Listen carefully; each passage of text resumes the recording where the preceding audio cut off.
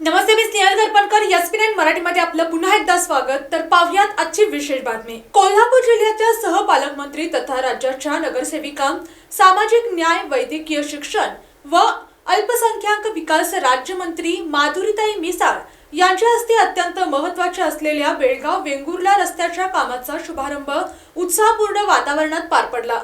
तर पाहुयात आजची सविस्तर बातमी. राज्य शासनाने या रस्त्यासाठी 25 कोटी रुपयांचा भरीव निधी मंजूर केला असून एकूण 43 किलोमीटर लांबीच्या या मार्गापैकी 28 किलोमीटर रस्त्याचे काम पूर्ण झाले आहे.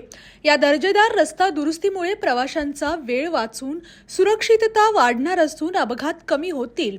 तसेच बेळगाव, चंदगड, आजरा व वेंगुर्ला परिसरातील व्यापारी, शेतकरी आणि आंबोली, सिंधुदुर्ग किनारपट्टी भागातील पर्यटन व्यवसायाला मोठी चालना मिळणार आहे. या दौऱ्यात चंदगड शहराच्या सर्वांगीण विकासाचा नवा टप्पा सुरू झाला असून नगरपंचायतीच्या वतीने तब्बल 11 कोटी 32 लाख रुपयांच्या विविध विकास कामांचे उद्घाटन आणि नमो उद्यानाचे भूमिपूजन मंत्री मिसाळ यांच्या हस्ते करण्यात आले. यावेळी बोलताना राज्याच्या एका टोकाला असलेल्या चंदगडच्या विकासाची प्रक्रिया आता थांबणार नाही अशी ग्वाही त्यांनी दिली.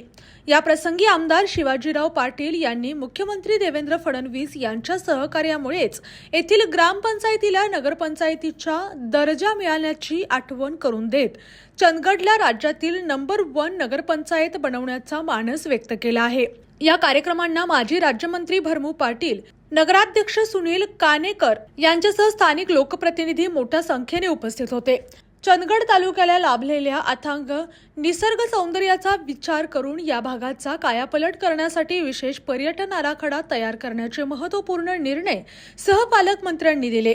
त्यांनी आमदार शिवाजी पाटील यांच्या समवेत प्रसिद्ध फाटकवाडी धरण परिसर आणि श्री रवळनाथ मंदिराला भेट देऊन तेथील पर्यटन संधीची पाहणी केली.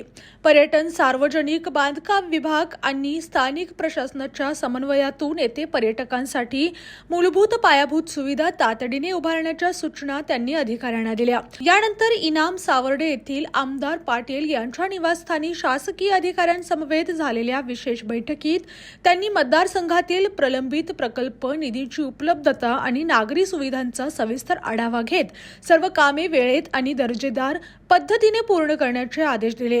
ग्रामीण भागातील जनतेची जीवनवाहिनी असलेल्या वाहतूक व्यवस्थे सक्षमीकरणासाठी सहपालकमंत्री माधुरी मिसाळ यांनी चंदगड बस डेपोला प्रत्यक्ष भेट देऊन प्रवाशांच्या अडचणी जाणून घेतल्या. बस स्थानकावर नागरिक, महिला आणि विद्यार्थ्यांशी संवाद साधताना ग्रामीण भागात बसेस वेळेवर न मिळणे आणि फेऱ्यांची कमतरता असणे अशा तक्रारी त्यांच्या समोर आल्या. यावर गंभीर दखल घेत ग्रामीण भागातील बस सेवा अधिक सक्षम करण्यासाठी आणि आवश्यकतेनुसार अतिरिक्त फेऱ्या सुरू करण्यासाठी त्यांनी बस डेपोच्या अधिकाऱ्यांना तातडीने उपाययोजना करण्याचे निर्देश दिले. नागरिकांना सुरक्षित, वेळेवर आणि दर्जेदार सार्वजनिक वाहतूक सेवा देण्यास सरकार कटिबद्ध असल्याचे सांगत त्यांनी प्रवाशांना दिलासा दिला. या दौऱ्यामुळे चंदगड परिसराच्या विकासाला एक नवी दिशा मिळाली आहे. जिल्ह्यातील, राज्यातील व राष्ट्रीय स्तरावरील ताज्या बातम्या पाहण्यासाठी पाहत रहा एसपी9 मराठी न्यूज चॅनेल. या चॅनेलच्या माध्यमातून विविध क्षेत्रात उल्लेखनीय कार्य करणाऱ्या मान्यवरांच्या प्रेरणादायी मुलाखती तसेच महत्त्वाची माहिती आणि घडामोडी आपल्यापर्यंत पोहोचवल्या जातील. अशा नवीन बातम्या आणि माहिती मिळवण्यासाठी चॅनलला लाईक करा, शेअर करा आणि हो, सबस्क्राईब करायला विसरू नका. पाहत रहा एसपी9 Marathi, your time your news. धन्यवाद.